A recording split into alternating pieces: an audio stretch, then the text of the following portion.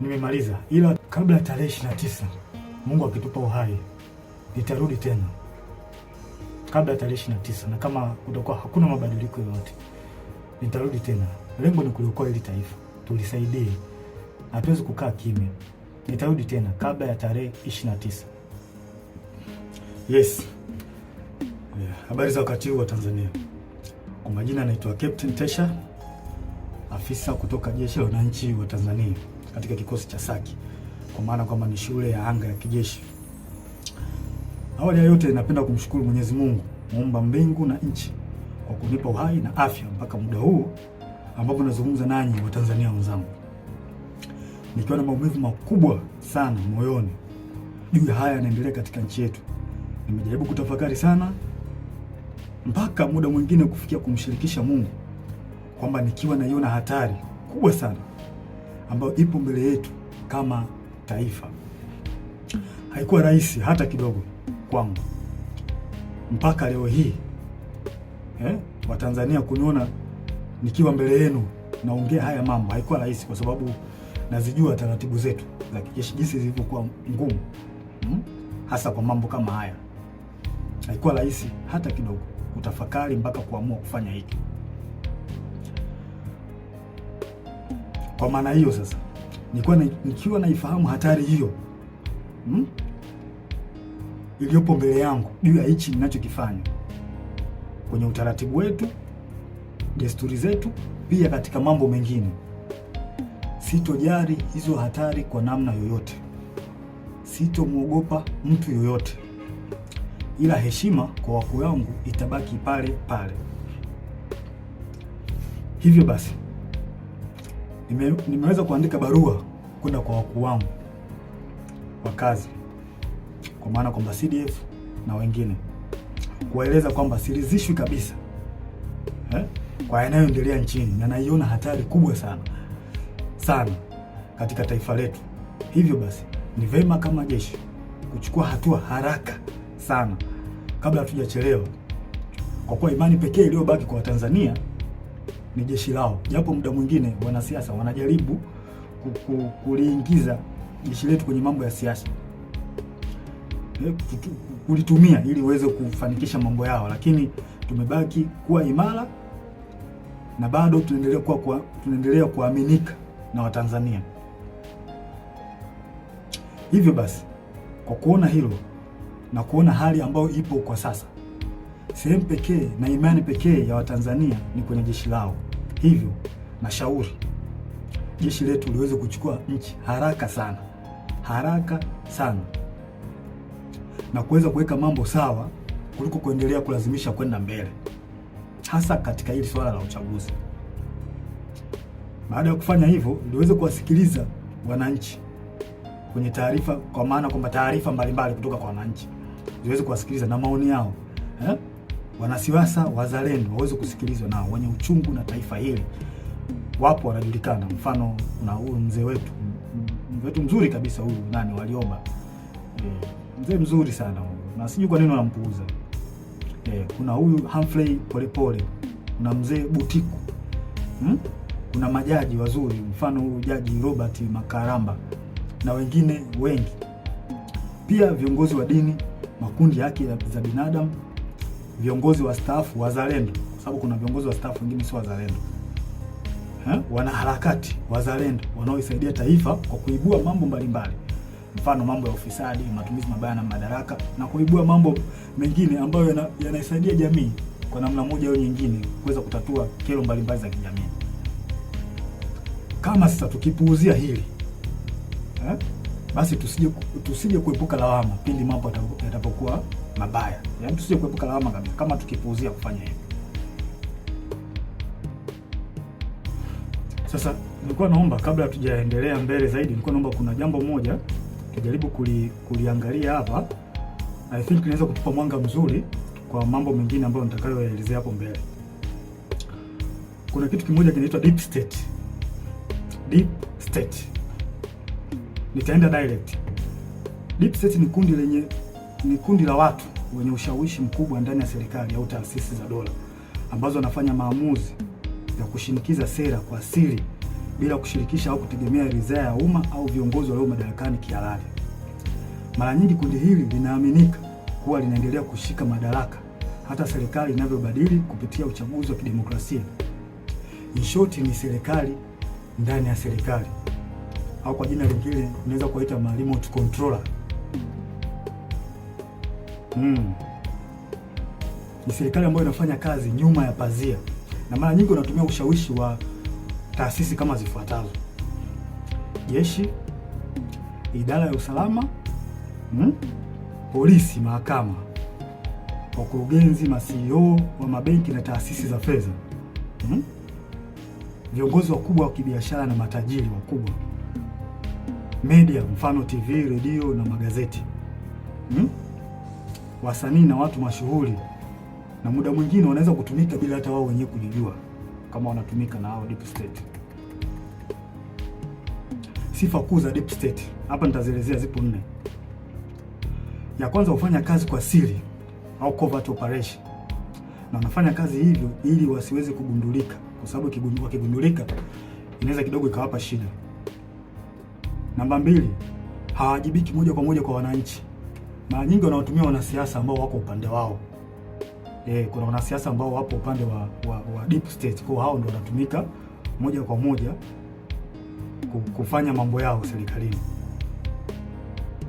Hutumia taarifa za siri, propaganda au vitisho kudhibiti hali. Pindi mambo yao yanapoanza kujulikana na wananchi, mara nyingi wanatumia vitisho kwa kutumia vyombo vya ulinzi na usalama, au wanaweza kutumia media na baadhi ya watu. Nashangaa tu influencer from nowhere, mtu anaanza kumtukana mwenzake bila sababu.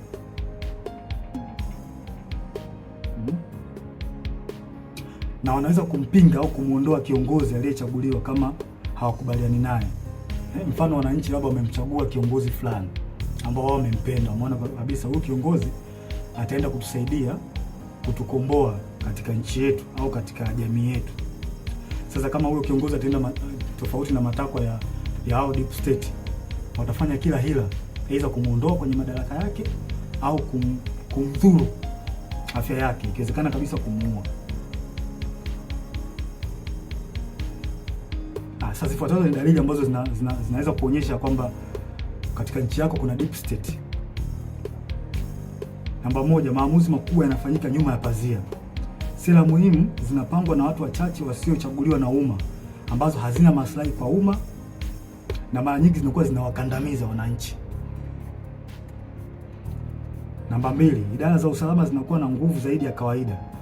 Vyombo vya ujasusi, mfano polisi, usalama, vinaonekana kutenda mambo kinyume na sheria au kibali kutoka serikalini au bunge, kwa sababu muda mwingine wanapokea amri kutoka huko kwenye deep state.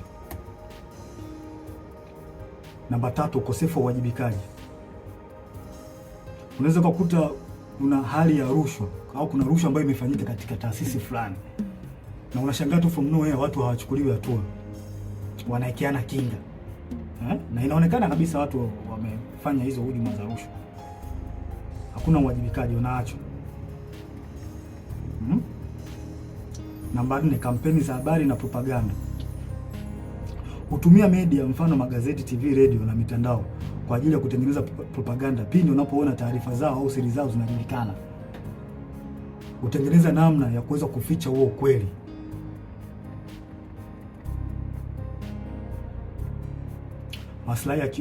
Namba 5, maslahi ya kiuchumi na kiusalama.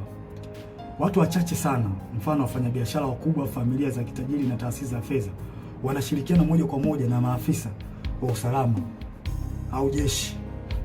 Yaani wanakuwa kitu kimoja, wanatengeneza bondi. Na pia mikopo au tenda au mikataba ya kitaifa ambayo ina faida, wanapeana wao kwa wao, wanapeana maslahi wenyewe kwa wenyewe. Si watu wazuri hao. Namba 6, kukandamizwa kwa wakosoaji au whistleblowers. Wapiga filimbi au waandishi wa habari za kichunguzi mara nyingi wanakandamizwa, ikiwezekana kuuliwa au kudhuriwa pindi wanapotoa habari zao, pindi wanapofichuliwa. Na vyombo vya habari muda mwingine vinavyofanya hivyo, mara nyingi wanachukuliwa hatua. Hivyo vyombo vya habari vinachukuliwa hatua. na hao watu, kwa sababu wana mkono mrefu.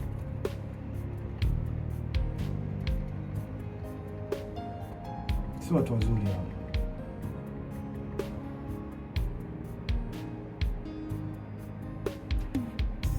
Kuendeleza maslahi hata kama ni kinyume na matakwa ya umma au sheria. Wananchi hata mkipiga kelele vipi kuhusu hali mbaya au matatizo ya nchi, wao hawajali. Yaani wanafanya mambo kwa maslahi yao, hawajali wananchi hao watu. Hawajali kabisa. Wanafanya mambo kwa faida zao wenyewe. Sasa kwa namna hiyo mnaweza mkapata clear picha kuhusiana na hili jambo la deep state. Kwa mnaweza mkafanya comparison, mnaweza mkaangalia hali halisi na kinachotokea nchini kwetu. Je, hiko kitu kweli ni kipo? Kwa mimi ninavyoona na kwa ajili na kwa namna ambavyo nchi yetu inavyoendelea, hii jambo lipo kabisa bila hata kuficha. Hakuna kuficha hapa. Hili jambo lipo na linaongozwa na CCM mtandao, wanajiita mtandao hapa. Wapo chini ya Kikwete, Rostam Azizi, wakina marehemu Bernard Membe, Mungu lazima roho yake mahali pema peponi. Hawa watu ndio wanasababisha Tanzania isiendelee, wanarudisha nyuma nchi yetu. Na vile vile waliweza walimhujumu sana Dr. marehemu John Pombe Joseph Magufuli. Yeye mwenyewe alisema kuna watu wanamhujumu, na Kikwete mmoja wapo. Alisema Magufuli bila ubishi. Hawa watu wa Tanzania wanatakiwa mwajue kwamba hawa watu hawana nia njema ya taifa hili. Hawana nia njema kabisa. Hawa ndio wanasababisha maendeleo yasipatikane kwenye taifa letu na usalama usipatikane kwenye taifa letu. Pindi nchi inapotaka kujikwamua iende sehemu moja kwenda sehemu nyingine, hawa wanatengeneza vipingamizi. Wanazuia kwa manufaa yao binafsi. Ikitokea mikataba ambayo ina manufaa kwa nchi, wao wanaingilia kati, wanaichukua wao na wanajinufaisha wao. Wananchi msitegemee kuendelea hapo. Mtapata shida. Nashangaa tu changamoto haziishi hospitalini, dawa za wagonjwa. Hivi kweli nchi yetu mpaka ilipofikia mpaka leo hii tunahangaika na dawa za wagonjwa kweli? Hii haileti picha nzuri kwa kweli. Yaani baada ya kwenda mbele kama taifa tunarudi nyuma. Na hawa watu sio kuvumilia. Kikwete sio mtu wa kuvumilia kabisa. Na tusione haya kueleza ukweli. Tusione haya kueleza ukweli katika jambo hili. Hawa watu sio wazuri. Na kwa mujibu wa Humphrey Polepole aliweza kuelezea vizuri hili jambo. Kwamba hawa watu walikuwepo tangu kipindi cha Mwalimu Nyerere. Na waliweza kutaka kujaribu kurubuni uchaguzi wa mwaka 1995. Walitaka waingie wao kwenye huo uchaguzi. Unaweza mkaona sasa namna hawa watu waliokopo na watu hatari.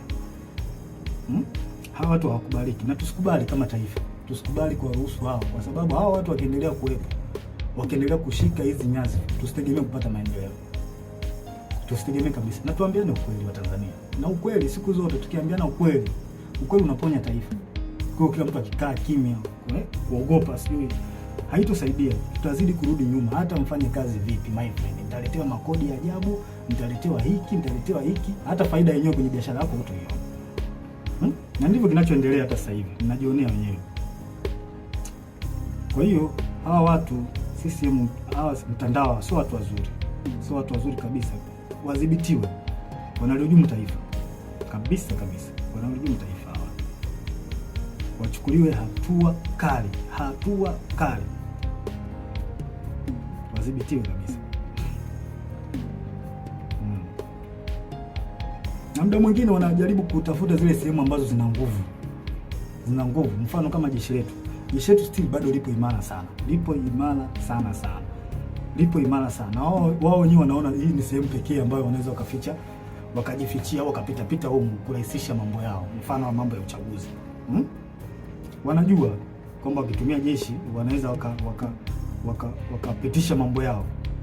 Na hili swala sio zuri. Na mimi ningependa nimshauri afanye sivyo. Awe makini sana hawa watu.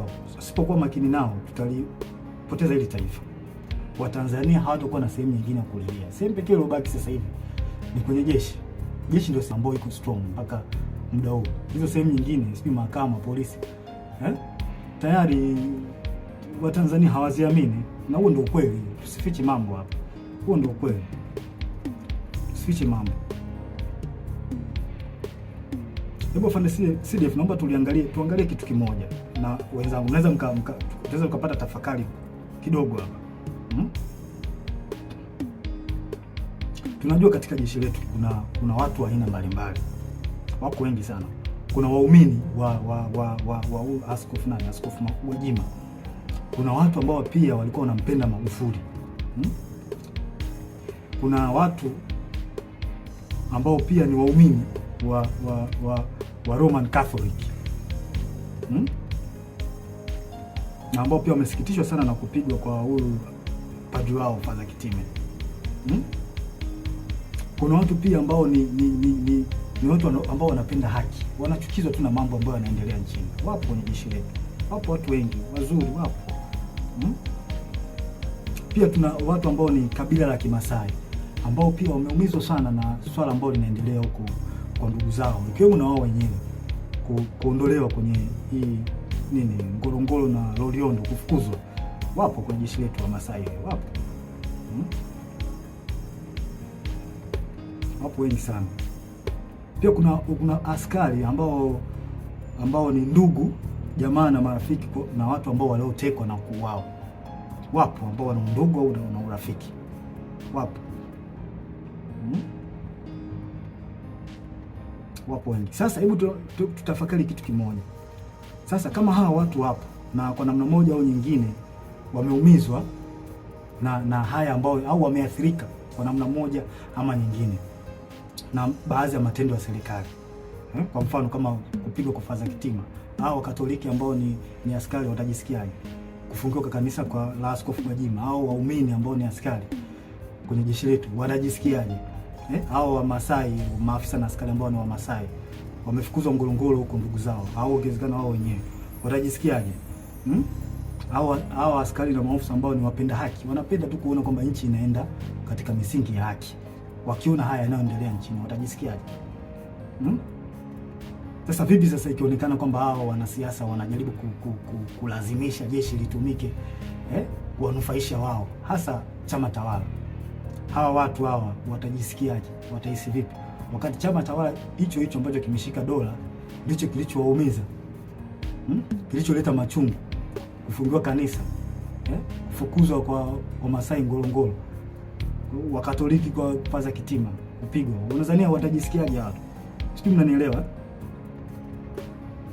Kwa hiyo tujiepushe sana Afande Sidifu, na kuomba mkuu wangu, tujiepushe sana kukubali au kukubaliana na hawa wanasiasa kujaribu kuweka mambo yao ya kisiasa, kututumia sisi kupitisha mambo yao ya kisiasa, kutengeneza fia kwa Watanzania. Tusiruhusu watu wafanye hivyo. Tutaligawa jeshi. Hao wanajeshi hao waliofanyiwa haya yote nilioeleza, wana maumivu, tunajua wana maumivu makubwa kiasi gani, wanajisikiaje kwa ambayo yanafanyika au waliotendewa ndugu zao, maaskofu zao, wanajisikiaje? Unajua wanawaza nini kwenye akili zao?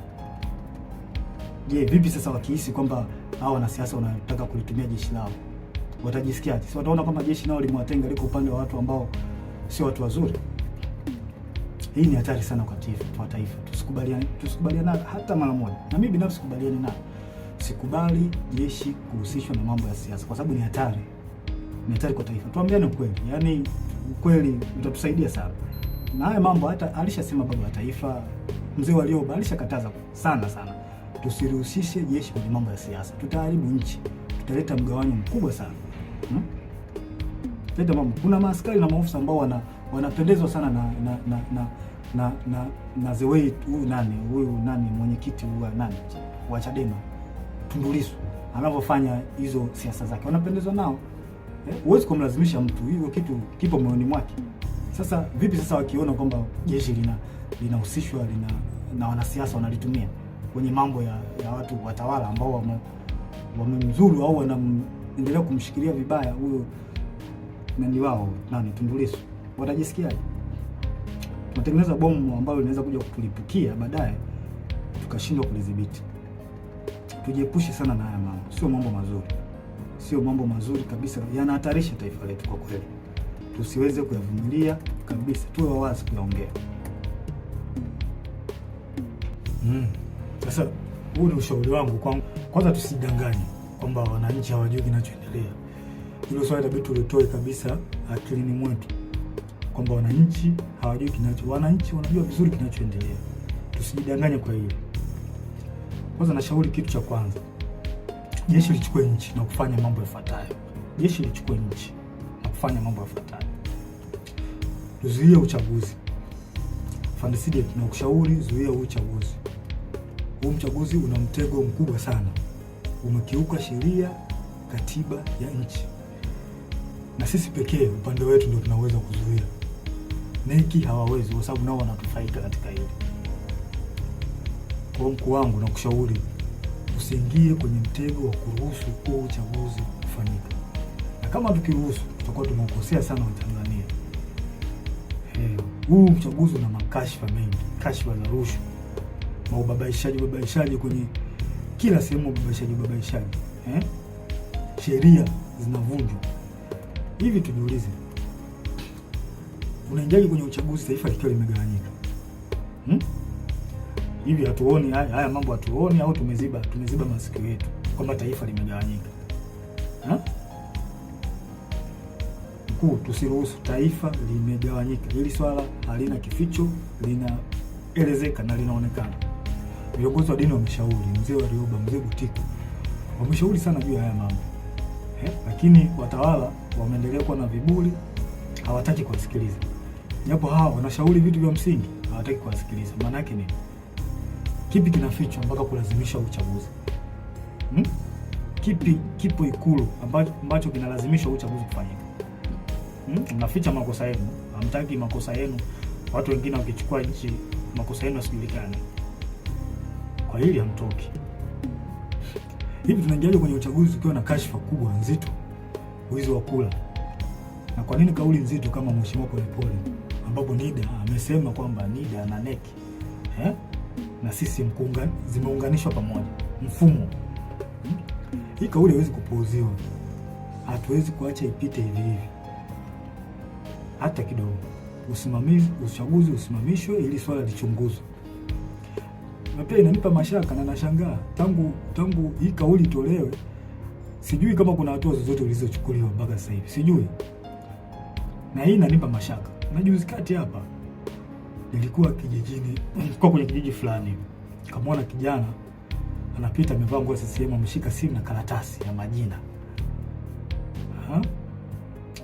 Nikamwita, nikamwambia hebu nione hiyo karatasi yako hiyo na majina. Kuangalia nikaona namba, sijui namba za NIDA, sijui majina, sehemu, mwaka wa kuzaliwa. Nikamchunguza, nikaangalia na kwenye smartphone yake nikaona mfumo kwamba anaweka jina pale.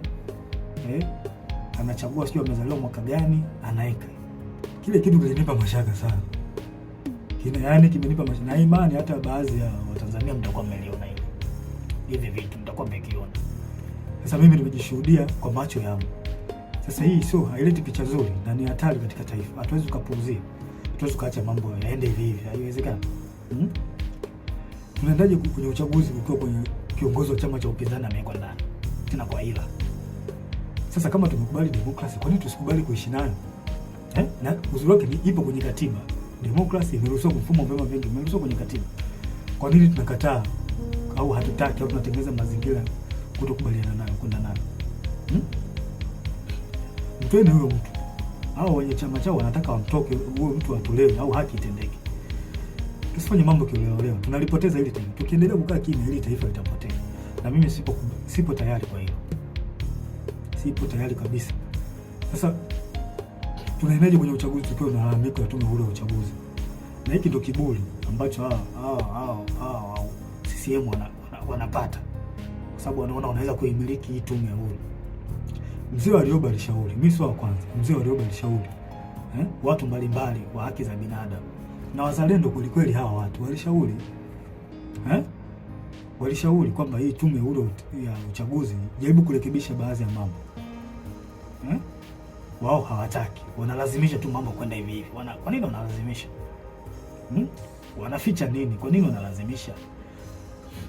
Kama chama tawala kinajiamini kimefanya maendeleo, iwape hao tume huru ya uchaguzi. Wananchi si wanaona kwamba chama hiki kimefanya maendeleo. Watakipa tu kula. Watakipa kula kuliko kuhangaisha haki za watu hapa. Tunamkosea Mungu. Tunamkosea Mungu, na hii ni hatari katika taifa. Haiwezi kuvumilika hata kidogo. Haya, tunaingia kwenye uchaguzi kwa kuna tuhuma za rushwa ndani ya chama, iko chama tawala. CCM na nje. Kwa nini tunakuwa na upuuzwaji wa kufuatilia mambo ya rushwa ambazo zinaweza kuhujumu uchaguzi na kupata kiongozi ambaye hastahili? Kwa nini? Hawa watu wanaita watu wa kupambana na rushwa, PPCB, mnafanya kazi gani? Kwa nini namchunguzi? Kuna viongozi kuna tuhuma za viongozi wa watu walitoka Chadema kwenda sio chama gani, chama cha umma. Kuna tuhuma hapo kwamba hawa watu, kuna tuhuma za rushwa, walienda huko ili kwenda kuhalalisha uchaguzi. Vipi, mmezichunguza hizo tuhuma au mnaacha mambo yaende? Mkiacha mambo yaende, mnaharibu taifa. Nawaambia, mnaharibu taifa. Hili taifa mnaliharibu mkiacha mambo, msipotimiza majukumu yenu, mnaliharibu taifa, na hili alikubaliki. Na sijui mnalipeleka wapi hili taifa. Hili swala lichunguzwe, hizi tuhuma haziwezi kaachwa vipite hivi hivi tu, alafu mnalazimisha uchaguzi ufanyike. Hakuna uchaguzi hapa mpaka hizi tuhuma zichunguzwe, julikane ukweli. And from nowhere Chauma, watu ambao walikuwa wanalisha ubwabwa, eti ghafla ndio kimekuwa chama kikuu cha upinzani. Hiyo ikubaliki na ingia kilini. Hakuna uchaguzi wa namna hiyo. Mungu hajabariki hiyo. Na Mungu kama angekuwa amebariki hivi vitu vingeenda tu vizuri. Sasa mnaenda kupata kiongozi ambaye hata Mungu mwenyewe hajakubaliana naye. Hii ni hatari kwa taifa kubariki hata kidogo.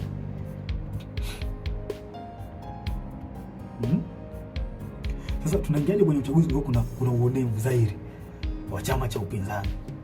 Kwa makusudi wanazuia kufanya hata mikutano yao. Wanafunguliwa kesi za hila na za ovyo za kuwazoofisha. Wafuasi wao wanakamatwa, wanatekwa, wengine wanauawa. Kama vile sio Tanzania. Hili halikubaliki. Halikubaliki hata kidogo. Kama tumekubali mfumo wa demokrasia, kwa nini tunashindwa kuishi nao? Mfumo wa demokrasia tumeukubali na tumeweka kwenye katiba. Kwa nini tunakubali kuishi nao? Kwa nini hatutaki kuishi nao?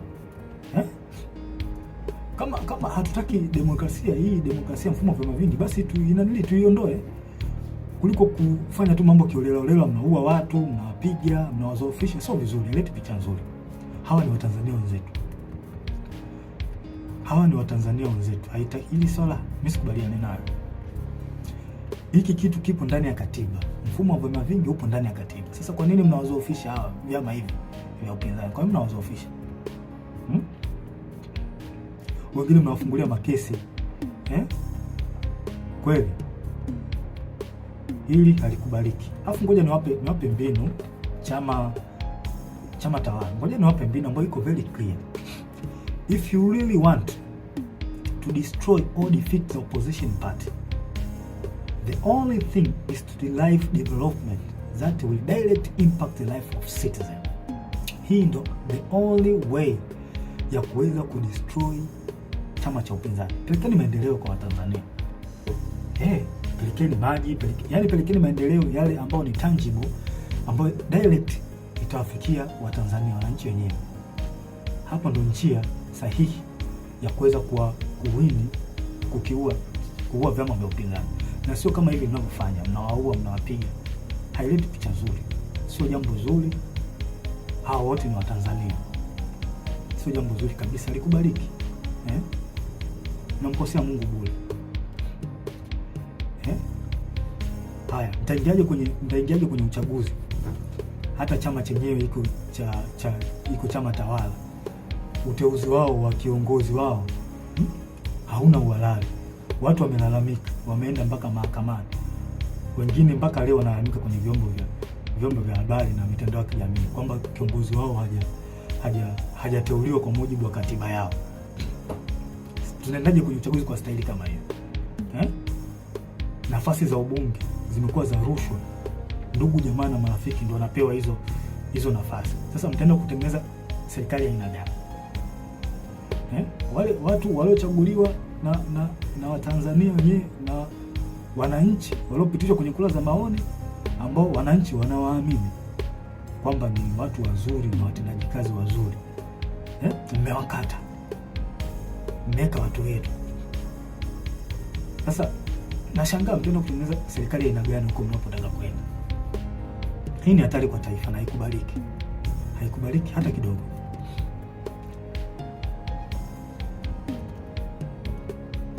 Haikubaliki na ivumiliki. Sasa mkuu wangu afande CDF, kwa unyenyekevu mkubwa na heshima kubwa sana ambayo naiweka kwa mkuu wangu, kwa sasa wewe ndio mtu pekee ulioshika imani kwa wananchi na upo kwenye mtego mkubwa sana Tengeneza faraja imani kwa wananchi. Hili swala sio la Chadema, hili swala ni la taifa, umoja na mshikamano na upendo wa taifa letu. Ili tuweze kuendeleza haya na kushauri mkuu wangu, zuia uchaguzi. Uchaguzi hauna kibali hata kutoka kwa Mungu. Mkuu wangu afande CDF, zuia uchaguzi.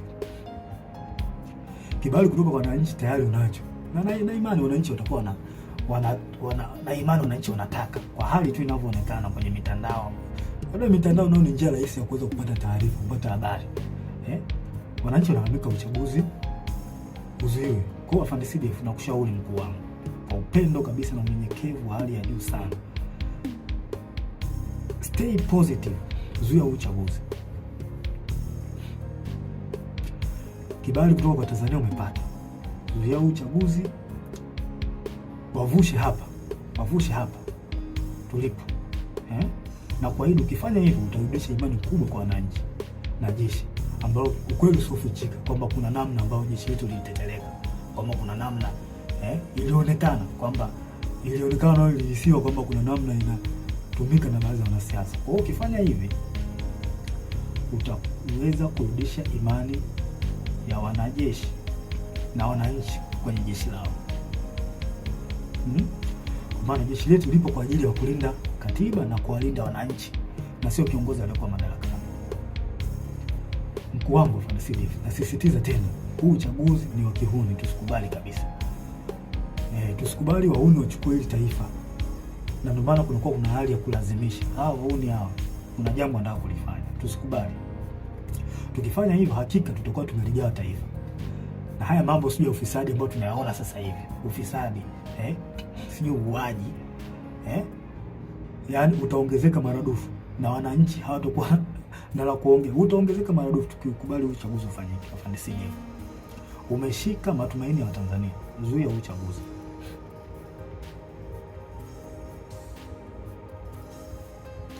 Na haya mambo hata hii kashfa hii ya kuuliwa kwa Magufuli, Tanzania hawa si ndio watumia wenyewe kwanza, ndio hawa wanatumia sasa. Just imagine kwamba wamechukua hili taifa, wamechukua. Nani atachunguza kifo cha Magufuli kama wao wenyewe ndio wanahusika? Nani atarekebisha mikataba ya bandari, mikataba mbalimbali ikiwemo mkataba wa bandari, ikiwa wao ndio wamepitisha mikataba migodi, makaa ya mawe? Nani ataifuatilia wakati wao ndio wahusika wakuu? Inatia mashaka sana. Nani atafuatilia ukiukwaji wa haki za binadamu? Nani atafuatilia ukiukwaji wa utumiaji vibaya wa ofisi za umma, ikiwemo wao ndio wanahusika, ikiwa kwamba wao ndio wanahusika? Nani atafuatilia? Mkuu wangu afande CDF, tusipochukua hatua za kuzuia huu uchaguzi, basi tunaenda kupoteza hili taifa na kuwasaliti wa Tanzania. Tusipofanya hivyo, tunaenda kuwasaliti wa Tanzania. Tujiulize, kwa nini wanalazimisha na kutumia nguvu kubwa katika huu uchaguzi? Kwa nini wanalazimisha hawa watu? Kuna nini wanaficha ambacho hawataki Watanzania wakijue hapo Ikulu? Kuna nini hiki hawa watu wanaficha mpaka walazimishe? Yaani mambo yanaenda tofauti na katiba, wao wanalazimisha tu, tofauti na sheria za uchaguzi wanalazimisha. Kuna nini? Wanatumia marushwa, wanatumia nguvu kubwa sana mpaka kuua watu. Kuna nini wanaficha? Mkuu, kila siku wananchi wanalia kwa haya yanayoendelea nchini. Wanalia sana, huku mitandaoni ukipita unaona. Hawana tena mahali pa kukimbilia kupata msaada. Maana kama mahakama yenyewe hawana imani nayo. Na mahakama ipo upande wa tawala. Jeshi la polisi ndio kabisa lipo hivyo, hawaliamini. Na huo ndio ukweli usofichi. Yaani hapa ni kuongea ukweli. Tukitaka kuliponya taifa letu tuongee ukweli. Hawaliamini. Na inasemekana kwamba watekaji wenyewe ndio wanahusika. Hao jeshi la polisi na baadhi yao wanahusika na utekaji. Bunge nalo ndio hivyo. Most of them kule ni chama tawala. Hawaliamini. Kwa sehemu pekee ambayo wananchi wanaiamini ni kwa jeshi lao la wananchi wa Tanzania. Wananchi wanalia sana mkuu. wanaitaka jeshi lao liingilie kati, lichukue nchi, kuweka mambo sawa ili mambo na uchaguzi uende vizuri. Sasa kwa nini tusiwasikilize hawa wananchi wetu? Kwa nini tunawapuuza? Hili ndio jeshi lao, jeshi la wananchi ndio jeshi lao hawa wananchi. Tunataka tuwasikilize. Tusipowasikiliza hawa wataenda wapi? Hawa wananchi wataenda wapi tusipowasikiliza? Je, tunataka waingie mtaani wenyewe wakapambania nchi yao? Kama sisi hatutaki kuwasikiliza wananchi. Na wananchi hao ndio wenye jeshi lao. Kwa hiyo tunataka, maana yake ni kwamba tunawataka hao wananchi waingie mtaani wenyewe wakajikomboe, wakachukue nchi yao. Kwa hiyo tunataka hivyo. Mkuu, tusipowasaidia tutakuwa tumefanya usaliti mkubwa sana kwao. Na mimi daima, mimi Captain Tesha nitakuwa upande wa wananchi. Hili naliongea bila kificho, bila kuogopa mtu yoyote. Nitakuwa upande wa wananchi. Watanzania tambueni, kama jeshi lisipoingilia kati, basi jueni wanajeshi wengi wapo upande wenu. Tambueni hilo. Wanajeshi wengi hawakubaliani na kinachoendelea nchini, wapo upande wenu.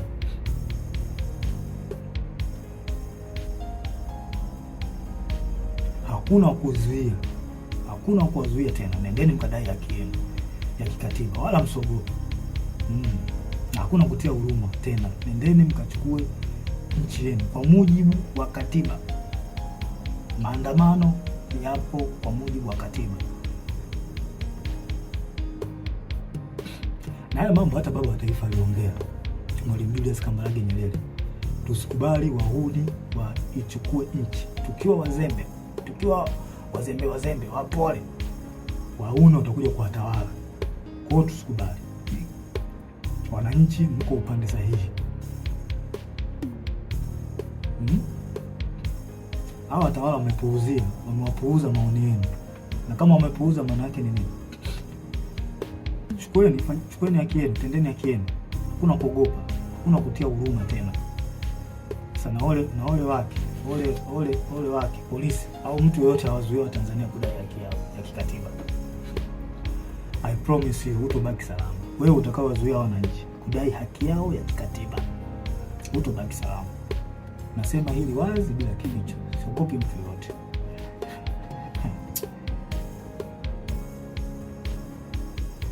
Ngoja niwaambie tu ukweli. Mimi napenda sana kuambia ukweli, hasa katika mambo critical kama haya, mambo ambayo yanahusu nchi. Mimi napenda sana kuongea ukweli. Yaani nyinyi watawala, msijidanganye kwamba mkipuuzia hali hii. Mkipuuzia hali hii kwamba msijidanganye kwamba mambo yataseto. Kama miaka yote ya uchaguzi mambo yanavyokuwa, kwamba watu wa Tanzania wataongea alafu baadaye watasahau, wataliacha. I promise you, this time is different. Kwa hali ninavyoiona, this time is different. Hiki kipindi ni tofauti na nyakati nyingine zote. Wazungu wanakuambia, wana kauli yao, wanakuambia what brought you success yesterday does not guarantee victory tomorrow.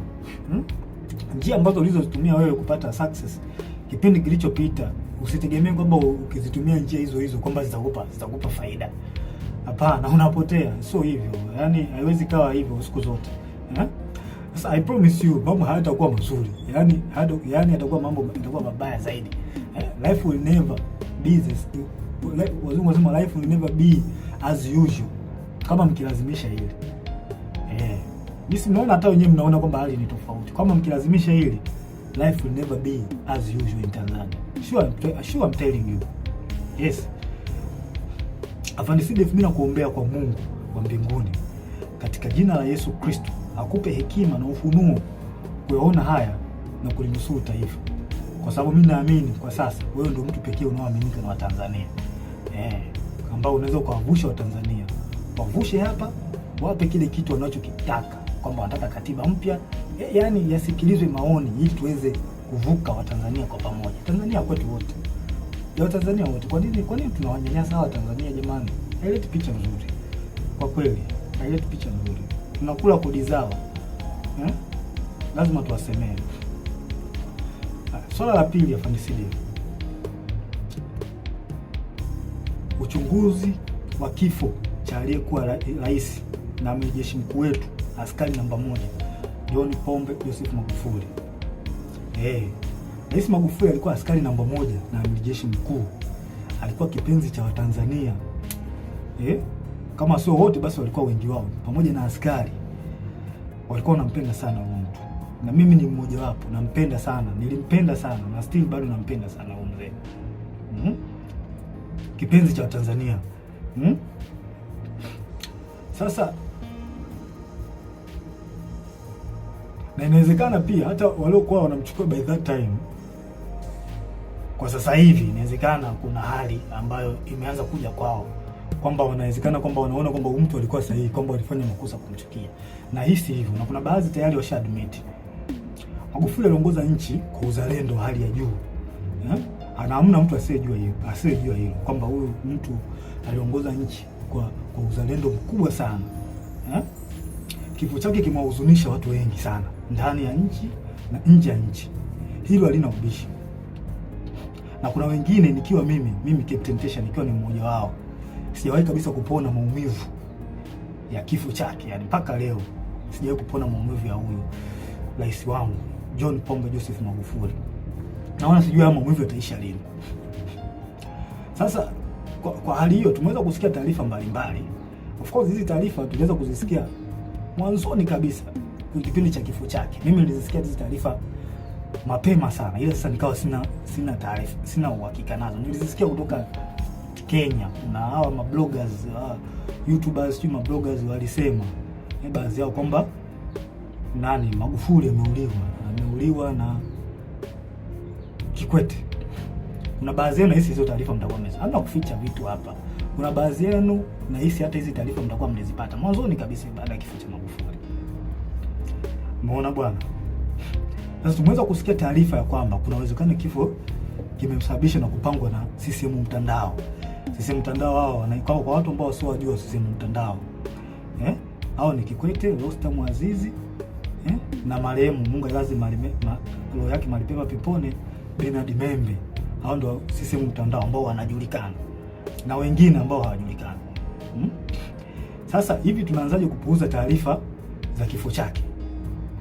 Tunaanzaje kupuuza hizo taarifa za kifo chake? Pamoja na kwamba zilitolewa kwenye vyanzo vingi, lakini mtu kama Humphrey Polepole sio mtu wa kumpuuza hata kidogo. Huyu mtu yani utumishi wake unaeleweka. Ameshika nyadhifa mbalimbali sehemu tofauti, na kwa kweli ni mchapakazi kweli. Kweli mimi nampenda huyu mtu kwa uchapakazi wake. Nampenda. Nataka nijifunze baadhi ya vitu, nataka nijifunze kutoka kwake. Ni mtu mzuri sana. Mtu mzuri sana. Sasa tunaanzaje kupuuza taarifa zake? Tunaanzaje kuzipuuza hizo taarifa za Polepole? Hizi taarifa zake haziwezi kupuuzwa hata kidogo. Na nahisi hata usalama wa taifa wanazo. Polepole ameeleza hata hizi taarifa za kuuliwa kwa Magufuli hizi, usalama wa taifa walikuwa wanazijua. Na hata CCM wenyewe baadhi yao walikuwa wanajua. Na hili sala inanisikitisha sana mimi binafsi. Linanisikitisha sana. Na nahisi hata wazalendo wengine inawasikitisha kwamba tangu taarifa hizi zimetolewa hakuna hatua yoyote iliyofanyika. Na huyu mheshimiwa Polepole ameeleza vizuri sana kwa ushahidi situation nzima izoe ilivyokuwa, ameeleza vizuri tu kwamba amiri jeshi mkuu kuna uwezekano ameuawa na wanamtandao. Sasa najiuliza, hivi utaratibu wa kupuuza taarifa muhimu kama hizi kwenye taifa letu umeanzia lini? Umeanzia lini kupuuza taarifa ya kifo cha mheshimiwa wetu Magufuli? Umeanzia lini kupuuza taarifa zinatolewa na mtu kama Polepole? Kwa nini mnapuuza? Kwa nini mjafanya uchunguzi mpaka sasa hivi? Hili swala linasikitisha sana na linatia mashaka, na sijui tunaelekea wapi kama taifa. Hivi ni kweli tupo serious kama taifa? Hivi kweli tuna mapenzi mema na taifa letu au tunaigiza uzalendo? Na kuna watu wengine wanaigiza uzalendo, yani wao wanaigiza, hawana ule uzalendo kutoka moyoni. Wapo kwa ajili ya maslahi. Hii tabia kuchukulia poa mambo muhimu katika taifa letu limeanza lini? Hili alikubaliki. Watanzania wanataka kifo cha mpendwa wao kichunguzwe, tena ikipendeza jeshi lenyewe lichunguzwe kifo chake haraka sana bila kuogopa mtu yoyote, na haki itendeke. Hatuwezi kukubali tu mambo yaende hivi tu, yani kwamba mambo ya kwamba tayari fashatolewa kwa tunaacha mambo yaende hivi. Hilo alikubaliki. hilo alikubaliki. Naisema hii dhahiri kwa moyo, hilo alikubaliki. Kifo cha Magufuli kichunguzwe. Hatuwezi tukaliacha hili swali linapita hivi hivi. Hilo swali haliwezekana, haliwezekana. Lazima tuchunguze. Tena nashauri kwa dhati. Nashauri kwa dhati kabisa moyo wangu na ukweli mtupu. Nashauri mtandao wote wakamatwe, waweke ndani haraka bila kumwogopa mtu yoyote. Kwa sababu hakuna aliyejua hiyo sheria. Hakuna mtu, mtandao wote waliotajwa na Humphrey Polepole. Kwa sababu hata usalama wa taifa hizi taarifa wanazo. Sawa, nani watu wa CCM wa taarifa wanazo. Juu ya kifo cha Magufuli, kwamba taarifa zilitoka awali kabisa hata kabla Magufuli mwenyewe kuondoka.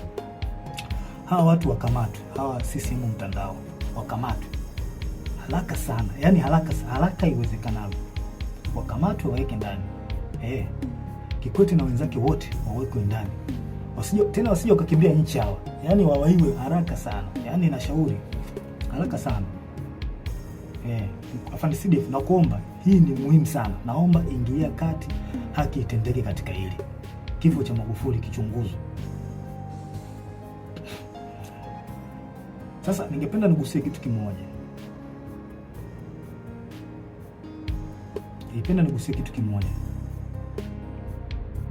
Mwaka 2005 kuna kiongozi mmoja wa kijeshi ilisemekana alilishwa sumu. Kwa kipindi hiki ya mambo ya uchaguzi, kuna kiongozi mmoja wa kijeshi ilisemekana alilishwa sumu, na hii imekuja baada ya yeye, ilisemekana kwamba alikataa, kuna baadhi ya maagizo alikataa, kwamba alilazimishwa au aliambiwa jeshi litumike kwa namna moja au nyingine kuwapa ushindi chama tawala. Ilikuwa mwaka gani? 2015. Na imani baadhi yetu tulikuwa tunakumbuka hii issue iliyotikisa taifa by that time. Na huyu kiongozi alikuwa anapendwa sana na wanajeshi pamoja na raia, walimpenda sana. Sasa mimi nataka muunganishe dot, wa Tanzania wenyewe muunganishe dot. Kuanzia kifo cha Magufuli kwamba aliwekewa sumu. Huyu mzee Mangula wa huyu na ndio wa CCM, mnaweza mkachunguza. Na watu wote waliokuwa wapo tofauti kimsimamo au kimawazo na Kikwete wapo wapi mpaka kipindi hiki? Na pia ikiwezekana muweze kuunganisha doti mpaka kipindi cha Nyerere, zeni mtapata majibu, alafu mjiulize huyu mtu ndio mnataka mumrudishe madarakani.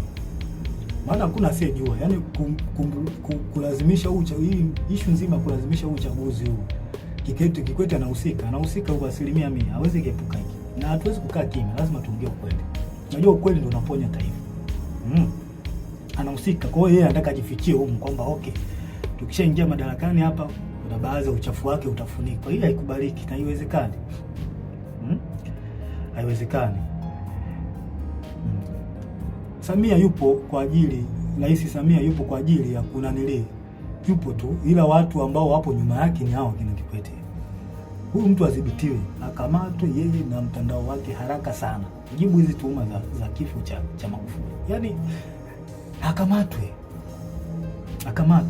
haraka sana. Tuwezi kuacha tu mambo hivi. Tukiacha mambo endeende hivi tutaharibu taifa.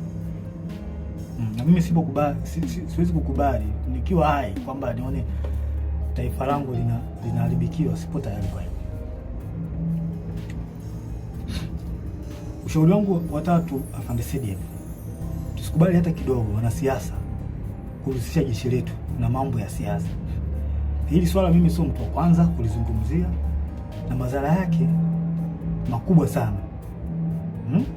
Wananchi watakosa imani na jeshi lao. Yaani jeshi lishaanza kukaa tu kwamba linaegemea upande wa chama fulani. Vipi sasa wale upande wa chama kingine ambao ni wanajeshi au ambao ni raia watakuwa wanalionaje jeshi lao? Hili jambo sio zuri. Tuliangalia kwa makini. Kuna mambo mengine, kwa mfano kama kuna picha zinazosambaa mitandaoni zikionyesha jeshi lina magari ya kijeshi sijui yametumika, helikopta vikitumika, sijui watu wengine sijui wale kuruta wanaenda kwenye kampeni. Hili jambo ni kama ni kweli, jambo halileti picha nzuri. Haileti picha nzuri kabisa kama ni kweli. Unaharibu nchi. Sasa vipi sasa, kwa mfano chama kingine kinaomba sasa magari au kinaomba helikopta kwamba okay, kwa sababu mmewasaidia watu fulani na sisi tunaomba mtusaidie. Vipi wakiomba tutawapa?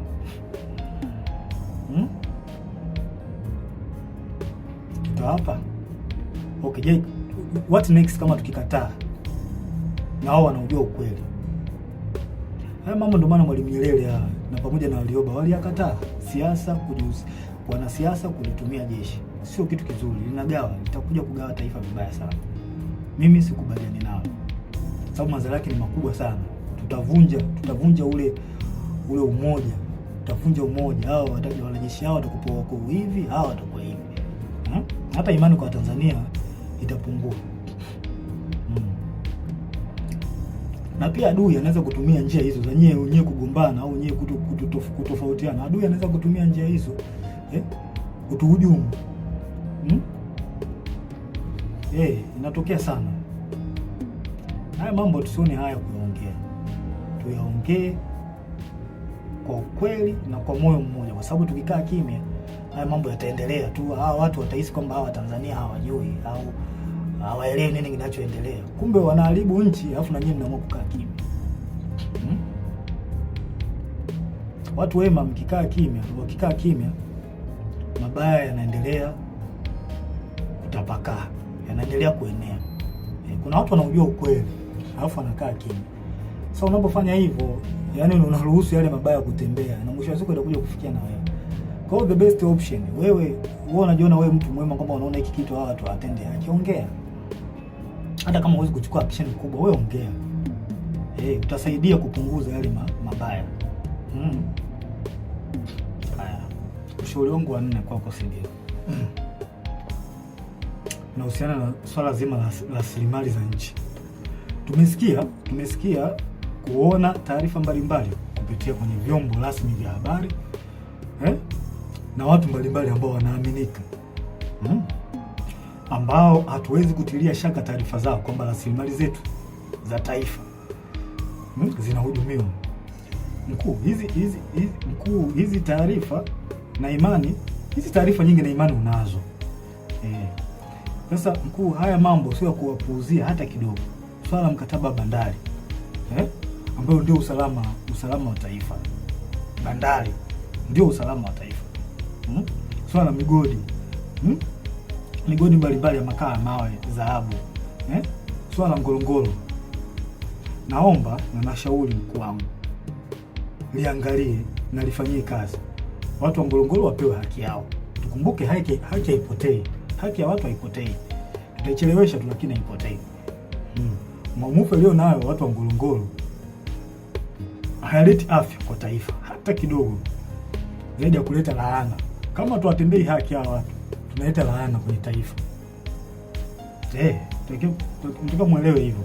Msipowatendea haki watu, taifa litapata laana, pamoja na wewe kiongozi ambaye unasimamia. Umeshindwa kutenda haki.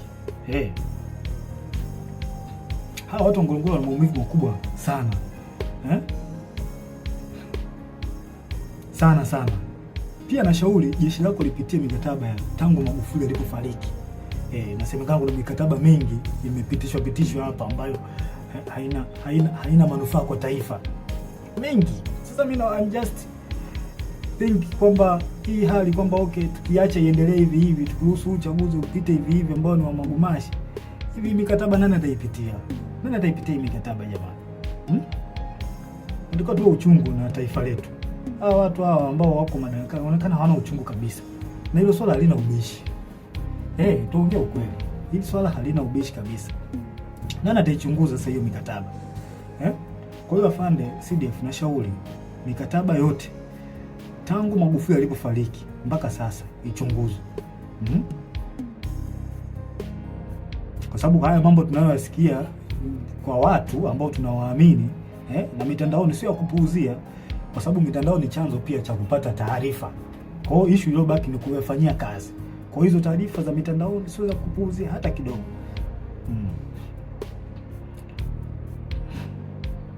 Tusikuta tu kwamba tumeuza nchi. Maana tukianza kupuuzia mambo ya mikataba, naweza nikuta kwamba tumeuza nchi bila kujijua.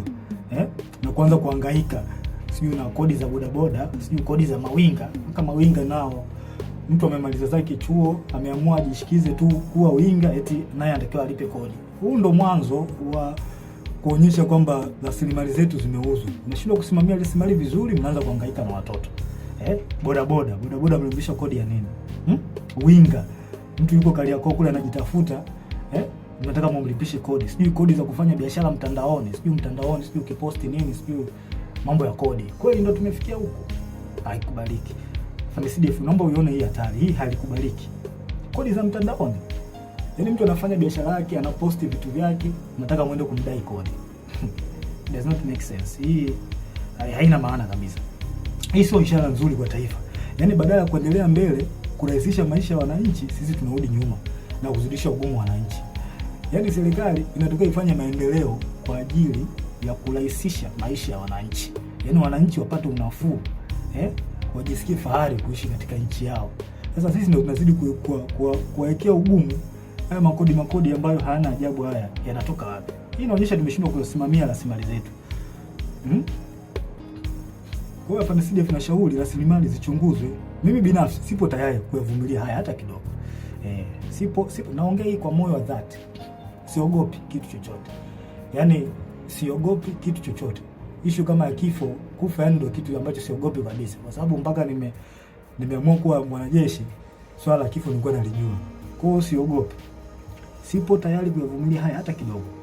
Baba wa Taifa alisema tukiwa wahoga kuyazungumza na kuchukua hatua kwa mambo haya, ipo siku taifa litatawaliwa na wahuni. Hii ni kauli aliongea Baba wa Taifa. Mnaweza mkaiangalia kwenye speech yake. Na Baba wa Taifa ndio mtu ambaye tunamchukulia kama ni mtu ambaye anatuongoza. Zile speech zake zinatuongoza taifa kuelekea katika sehemu ambayo ni nzuri kimaendeleo. Sasa kama Baba wa Taifa ameliongea hili, mimi sio mtu wa kwanza. Mimi naishi katika nanili zake, speech zake. Na hiyo dalili, hiyo kauli aliyoongea Baba wa Taifa kwamba tukiwa hawa wahuni wakiachwa, tukiacha mambo bila kuyaongea, mambo mabaya bila kuongea, ipo siku taifa litatumiwa na wahuni. Hiyo dalili ni tayari kama imeshaanza kuonekana. Watanzania watakuwa wameshahidi.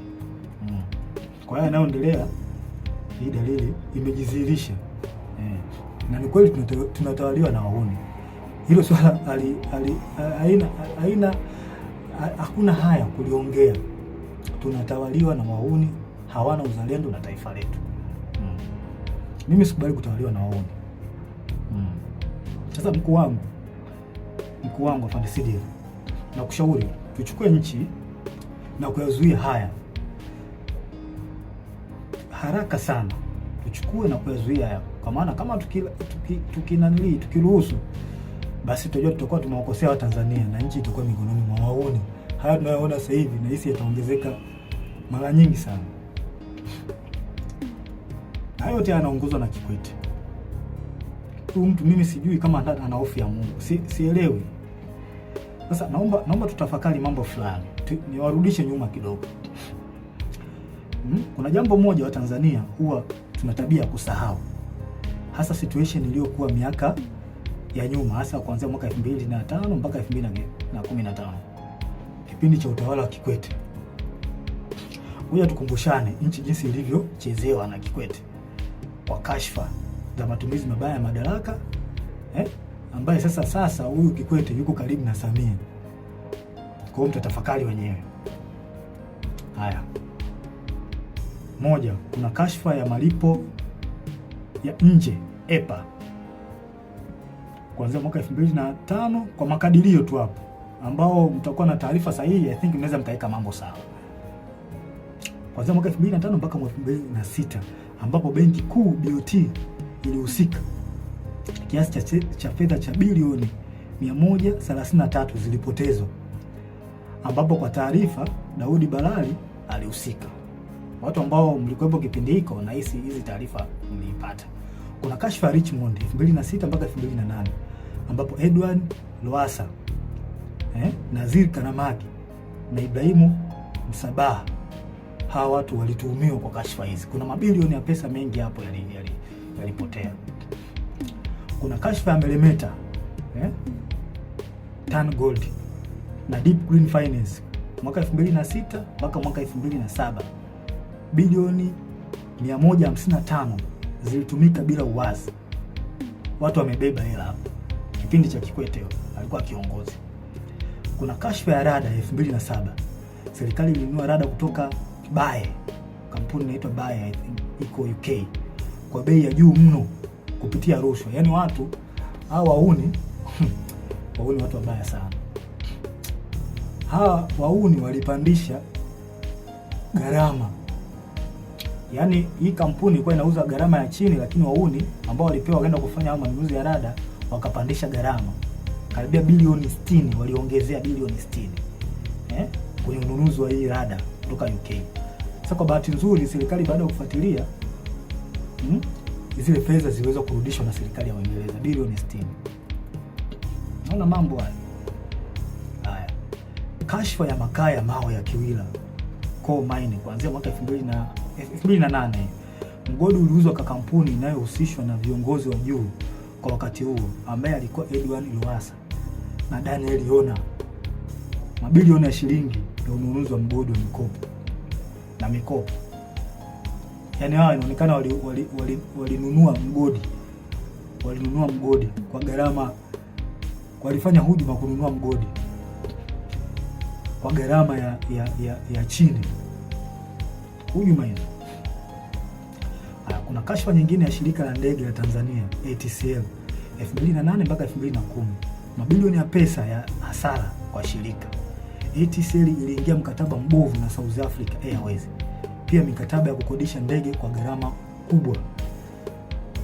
Unaona mambo haya.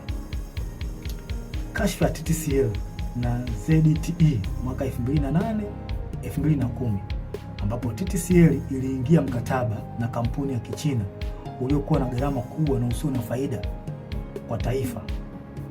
Kiasi cha fedha cha bilioni 70 zilipotea. Kashfa nyingine ni kashfa ya bandari na TICS 2010 mpaka 2015. Mamia ya bilioni yalikuwa yanapotea kila mwaka juu ya rushwa, upotevu wa mapato, mikataba mibovu kati ya TPA na waendeshaji binafsi wa bandari. Kashfa nyingine ni kashfa ya gesi ya Mtwara 2012 mpaka 2013. Rushwa ya mabilioni ya dola ilifanyika kwenye mkataba. Hii ilipelekea maandamano makubwa Mtwara na baadhi ya watu kupoteza maisha.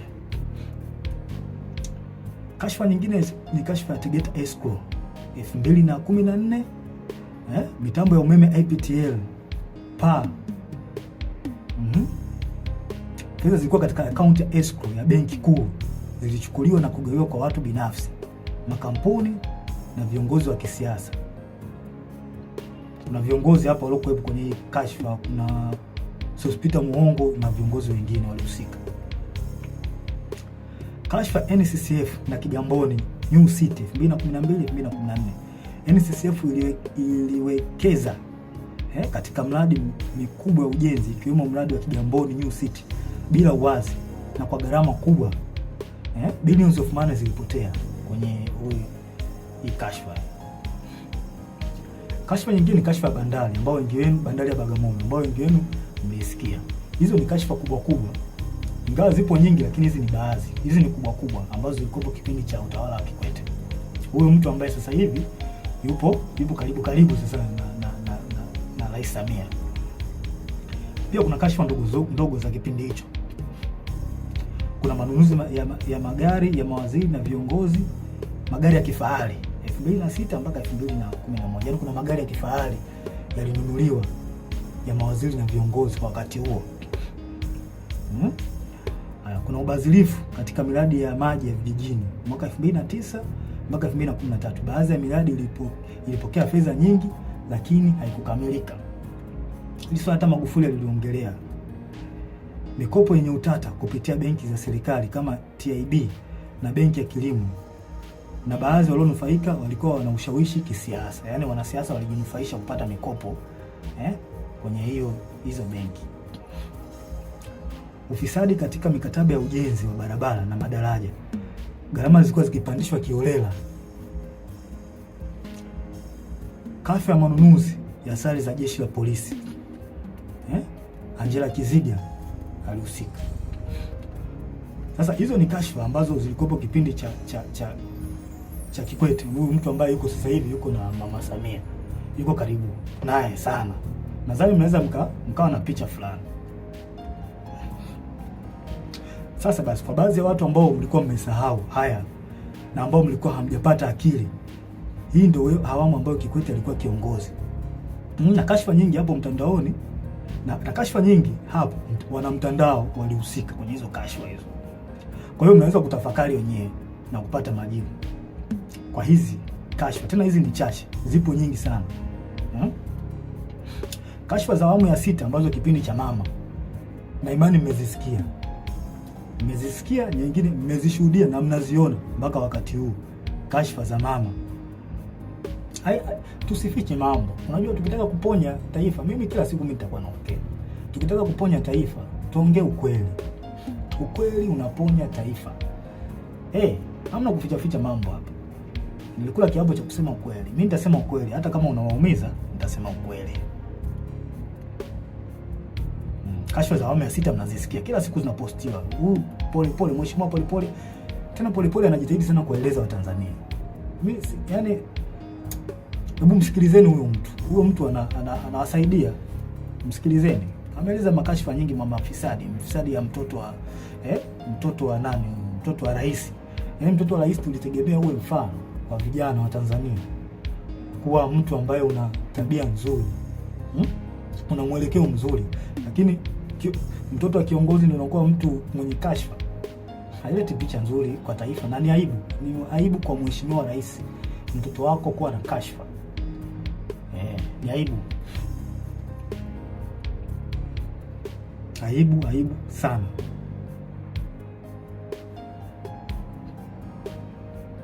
Hizo kashfa za awamu ya 6 mnazijua na zimeelezwa na Polepole na wanaharakati wazalendo. Kuna wanaharakati wazalendo sana wa taifa hili.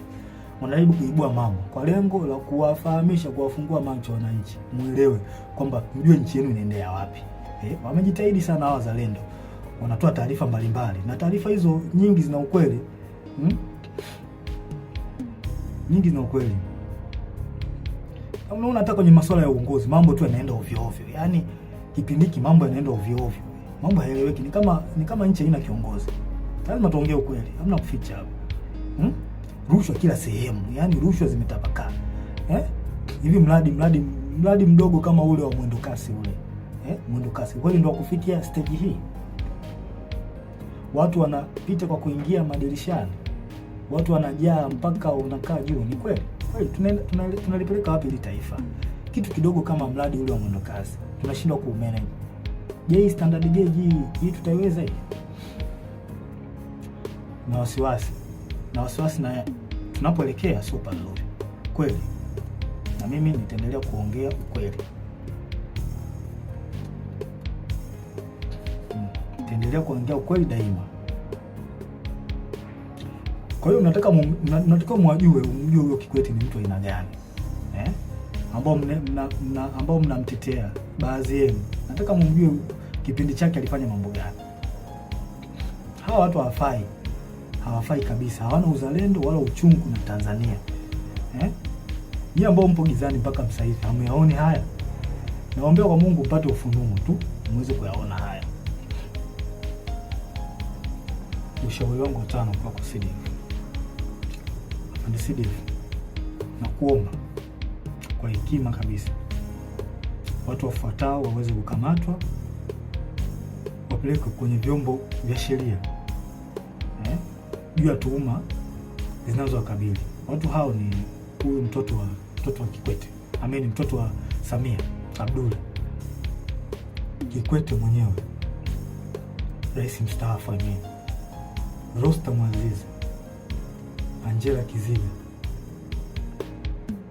na huyu mkurugenzi wa usalama wa taifa Mungu. Wakamatwe haraka sana kabla ya kukimbia nchi kujibu tuhuma zinazowakabili. Yaani hili swala tusione haya. Kama tupo upande wa haki, tusione haya kuzungumzia hivi vitu. Hawa watu wakamatwe. Wameharibu sana hili taifa. Hatuwezi kuacha watu wachache wachafue na kuharibu taifa. Haiwezekani. wakamatwe haraka sana bila kuogopa wala kuonea haya. Hawa watu sio wa kuacha hata kidogo, hawawezi kuepuka mkono wa sheria. Sio watu wa kuacha. Kwa haya yanayoendelea, hawezi kuepuka mkono wa sheria, na hii inaonyesha ndio maana wanalazimisha uchaguzi ili wafiche uchafu wao. Inatabidi tulifikirie hili swala. Kwa nini hawa watu wanaficha, wanalazimisha sana uchaguzi? Kuna vitu ambazo wanavificha.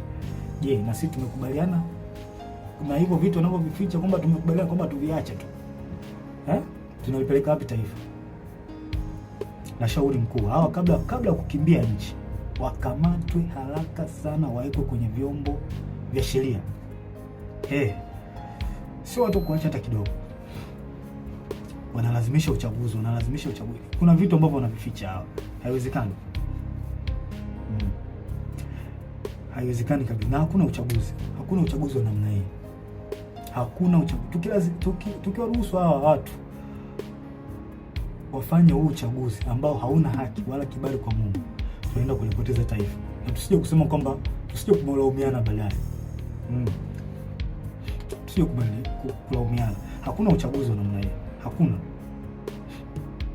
Mimi wajibu wangu ni kuwalinda Watanzania. Na kuwalinda Watanzania nitawalinda kwa namna nyingi. Nitawalinda kwa njia ya kuongea, nitawalinda kwa njia ya silaha pale inapobidi. Nipo tayari kwa hilo kwa sababu ndicho kiopo changu. Na najisikia faraja kuwalinda hao Watanzania. Yaani ni faraja kubwa sana. Kubwa sana. Nawapenda sana. Mkuu, nasisitiza tena.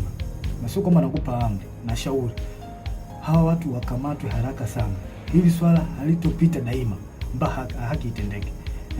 Nchi gani tunakubali kusumbuliwa na kikundi cha watu wachache wasioitakia mema nchi? Yaani kikundi cha watu wachache kisichozidi hata 20 kinasumbua watu almost milioni 60. Kweli tunakubali kusumbuliwa na watu na wanajeshi na tukiwemo huko? Mimi sikubali. Hao watu wakamatwe ili turudishe imani kwa taifa na uwajibikaji. Maana walishazoea kwamba Watanzania wanaongea alafu watasahau. Hili swala halitosahaulika milele na milele mpaka kieleweke. Na hata kama imetokea mmeniua mimi, na imani wapo watu wengine wataendelea kuongea. Kwa sababu mnaweza mkatafakari, kama mnahangaika na watu ambao wanaongea ukweli afu mnawaua tangu mlipoanza hivyo vitu vya kuwaua watu mpaka leo hii, vipi mmefanikiwa? Lazima tuongee ukweli, hamna kufichana hapa. Mlifanikiwa? Kwa mimi nitaongea, mkiniua watakuja watu wengine kuongea. Mpaka kieleweke. Haki lazima itendeke hapa. Nyerere alishasema tukikaa kizembe wauni watakuja kututawala. Mimi sikubali kutawaliwa na muone. Sasa afande CDF, naomba niliweke ili swala niliweke, niwe mkweli katika swala hili na wanajeshi wenzangu wazalendo kweli. Naomba niliweke ili swala liwe open kwenu. Tusipokuwa makini, jeshi letu litakuja kutekwa na wanasiasa. Hii inakuwa mwazi kabisa, sincerely, kama ilivyotekwa mahakama, jeshi la polisi, usalama. Na iona hatari jeshi letu nalo kuja kutekwa na wanasiasa. Na tusijidanganye kwamba kwetu halitotokea. Hiyo inawezekana na dalili zishaonekana. Lakini this time itakuwa tofauti na miaka yote. Hawa watu wamefanya maovu mengi sana. Hawa kina Kikwete, Rostam, Samia, wametumiwa kwa mambo mengi sana, maovu na mazito kweli kwa taifa hili. Hivi mnahisi watakaa kizembe? Watakaa kizembe tu? Lazima walazimishe kwa uchaguzi. Lazima walazimishe. Kwani tunadhani kwamba hatujui au wanadhani kwamba hawajui hatari ambayo iko mbele yao kwa yote walioyafanya? Jeshi pekee ndio sehemu iliyobaki kwa hao kujihakikishia usalama wa kudumu. I promise, kama hawa watu wakiingia madarakani, na jeshi letu ndio litakuwa mwisho wake, kwa sababu watahakikisha wanalikamata jeshi kama walivyofanya kwenye vyombo vingine vya ulinzi na usalama. Hili halina ubishi na liongea kwa ukweli. Watalikamata jeshi letu na watafanikiwa. na hii watafanya hivi ili wapate full protection. Na hapo wananchi na wanajeshi wenye uzalendo wa kweli na mapenzi mema katika taifa hili, mtakuwa hamna pa kwenda kwa kulilia. Lazima tataka full protection. Kwa sababu kwa uchafu waliofanya lazima watajitahidi by enemies wapate full protection. Na sehemu iliyobaki ni jeshini. Kwa hiyo lazima watalikamata jeshi. Lazima tukiruhusu uchaguzi ufanyike. Uchaguzi huu ufanyike. Lazima watalikamata jeshi. Kama ilivyokuwa polisi na mahakama. Lazima watafanya hivyo. Je, tupo tayari kwamba tunakubali wafanye hivyo? Hawa tuone hii hatari ambayo iko mbele yetu.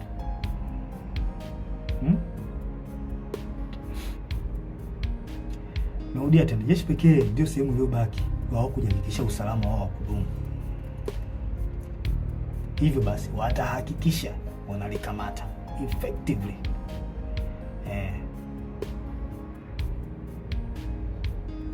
Hawa watu wa FARDC lazima wadhibitiwe haraka sana, na sio jambo la kupuuzia hili. Ushauri wangu sio jambo la kupuuzia hili FARDC. Hawa watu wadhibitiwe haraka sana, sio watu wazuri hapa, sio watu wazuri kabisa, yaani sio watu wazuri. Sasa wanasiasa wastaafu, wanasheria wastaafu, viongozi wa jeshi wastaafu, viongozi wa dini, hivi hamuoni hii hatari ambayo iko mbele yetu? Ingawa baadhi yenu mmejitokeza kuongea, lakini wengi wenu bado mpo kimya. Au mnadhani kwamba hili swala haliwahusu?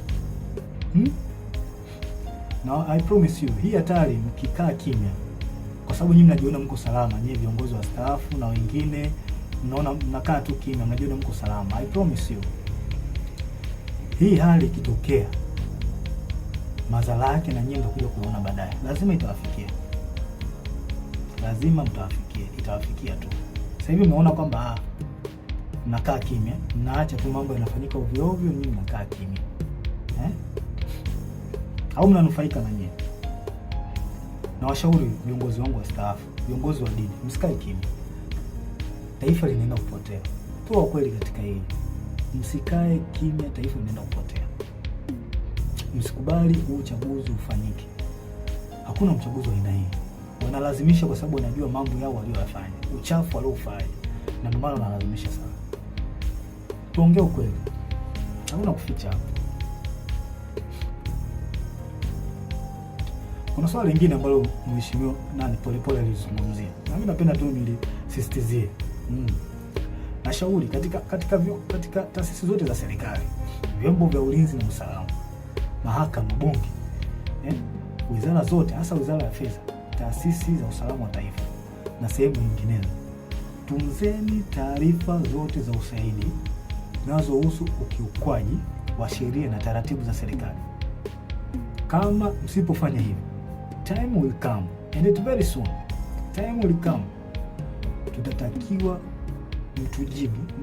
tutataka mtujibu wapi zilizopo hizo taarifa, na hatutakuwa na uvumilivu na mtu yoyote. Sure, I'm telling you, hatutakuwa na uvumilivu na mtu yoyote. Tunzeni hizo taarifa, tunzeni taarifa zote za mambo ya rushwa, za mambo za ukiukwaji wa madaraka, uvunjifu wa taratibu, uvunjifu wa sheria. Tunzeni hizo taarifa. Time will come, tutahitaji hizo taarifa.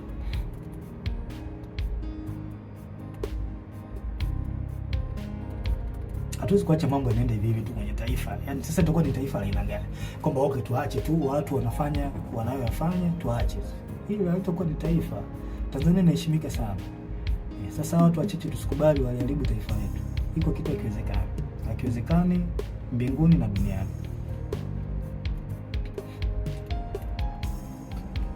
Pia nashauri wanasiasa na baadhi wakuu wa vyombo vya ulinzi na usalama, hebu tuache kutengeneza psychological fear kwa Tanzania. Hayo mambo yashapitwa na wakati. Tuache kutengeneza psychological fear kwa Tanzania, kutisha mara sio kupita mitaani. Hayo mambo yashapitwa na wakati. Tuwe watu wa kisasa, tuwe watu ambao tunafikiria positively. Hayo mambo yashapitwa na wakati. Huwezi kutumia njia hiyo ya miaka yote, kwa sababu ilikusaidia kipindi kile na kipindi hiki basi kitakusaidia. Tuache. Waache Watanzania wafanye mambo yao kwa mujibu wa katiba. Kama issue ya maandamano ipo kwa mujibu wa sheria na katiba. Waacheni wafanye haki yao. Kwa nini mnawatengenezea mazingira ya kuwatishatisha? Hii jambo sio jambo zuri. Tunavunja katiba mnapofanya hivyo. Maana mkifanya hivyo mnaongozea hasira hawa watu. Mwisho wa siku wanakomaa, wanazoea, wanaona kumbe watafanya hivi, kumbe watafanya hivi. Kumbe wanapita mtaani wanananili. Hebu tubadilike, hili sio jambo zuri. Halina afya. Njia pekee ya kutuliza mambo hapa, yani njia pekee, the only way to settle down all the problem ni kufanya mwafaka wa kitaifa. Hiyo ndio njia pekee ambayo itasaidia haya yote kuliko kuwatishatisha. Na watishaji wananchi, watu wenu, walipa kodi hawa. Wake zenu hawa, wake zenu. Wa marafiki zenu, ndugu zenu, wachumba zenu. Ndio hawa wako uraiani. Kwa hiyo mnawatishatisha. Kwa nini mnawatisha? Sio jambo zuri. The only way ni kufanya mwafaka wa kitaifa, kudumisha upendo na amani katika taifa, na sio kuwatisha raia. Mimi sikubaliani nayo, iko kitu na sikipendi. Tunataka tujue pia huu mwaka ni tofauti. Hili swala halihusu chama fulani, eti sijui chama cha upinzani. Hapana, hili swala ni la taifa. Tusome alama za nyakati tuone. Hili swala linahusu taifa. Sio swala la Chadema hili swala. Kwa mwaka huu mnabidi muangalie hata yenyewe tofauti wa huu mwaka. Watu waalizishwa nao endelea nchini. Mwafaka wa kitaifa unahitajika. Na ningependa ni washauri wa Tanzania, wananchi, sincerely, mpo katika right track. Mnachokifanya au mnachotaka kukifanya, sijui maandamano, mpo sahihi. Mpo sahihi kwa sababu hata baba wa taifa ameliongelea hilo. Mpo katika right track. Mna baraka zote kutoka kwa baba wa taifa, mna baraka zote kutoka kwa Mungu na hata kwangu. Na pia mnatakiwa mtambue kwamba asilimia kubwa ya wanajeshi wapo upande wenu. Wengi hawezi kutoka hadharani kama nilivyotoka mimi, kwa sababu sio ujasiri wa kila mtu ambaye anaweza kufanya hivi, ila mtambue wanajeshi wengi na askari hata kwenye polisi huko na sehemu nyingine wapo upande wenu. Hapo upande wenu kabisa. Na kwa sababu mnachokisimamia ni haki na kinaonekana, basi jua hata baba wa haki ni Mungu wetu, Mungu wa mbinguni, yupo upande wenu. Hakuna kuogopa wala kutia huruma. Hili naliongea kwa msisitizo. Hakuna kuogopa wala kutia huruma. Na ole wake. Yaani hapa naliongea sasa kwa kumaanisha ole wake polisi au mtu yoyote atakayewazuia Watanzania kutimiza haki yao kikatiba. Siku inakuja, I promise you, siku inakuja tutakuuliza kwa nini ulikubali kupokea amri ya kuwazuia hao watu au kuwaua au kuwazuru. Kwa nini ulikubali kufanya hivyo? Najua hamwamini, lakini siku iko njiani. Hatuwezi kuacha taifa lipotezwe na watu wachache. Iko kitu kikubali, hakikubaliki hata kidogo. Hayo mambo 6 yalikuwa ushauri wangu kwa wakuu wangu. Kwa hiyo kama mkiona inafaa kutekeleza, basi itakuwa jambo la heri, itakuwa jambo zuri, kwa sababu lengo ni kulisaidia taifa letu, kuliokoa katika hiki kipindi. Na tusidharau kwamba hakuna hatari. Hatari ipo na ni kubwa sana. Sasa jambo lingine la mwisho, ningependa tu ni washauri wasanii na ma-influencers, wasanii mbalimbali na ma-influencers, vioo vya jamii hao wanajiita. Wasanii, jitahidini mkae upande wa wananchi. Huo ni ushauri ambao nawapa, japo sio wa ulazima sana, ila ningependa ni washauri mkae upande wa wananchi. Jifunzeni kwa wasanii wengine wa nchi nyingine. Matatizo kama haya yakitokea, angalieni woga wanakaa upande gani. Huu ni ushauri wangu wa bure na ni mzuri kabisa. Kama ikiona inafaa, mnaweza mkautekeleza, ila kama mkiona haifai, pia mnaweza mkauacha.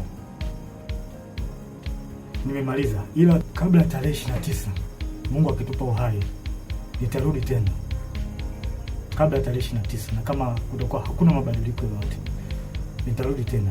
Lengo ni kuliokoa hili taifa, tulisaidie, hatuwezi kukaa kimya. Nitarudi tena kabla ya tarehe 29.